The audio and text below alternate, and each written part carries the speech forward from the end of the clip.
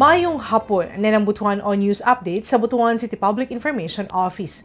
Nagpagawas og datos ang City Business Permits and Licensing Department sa lokal nga panggamahanan sa Butuan, kalabot na sa kinatibuk ang ihap sa mga registered business sa Dakbayan, sukad 2018 hangtod 2024.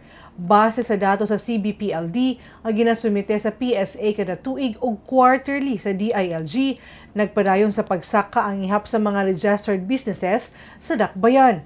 Tuig 2018 anaalang sa 2,759 ang bag-o mga narehistrong negosyo o 9,000 ang kinatibuk ang ihap sa business renewal, samtang paabot sa tuig 2024 anaana sa 4,322 ang mga bag-ong narehistro o 13,861 ang nag-renew sa ilang mga negosyo.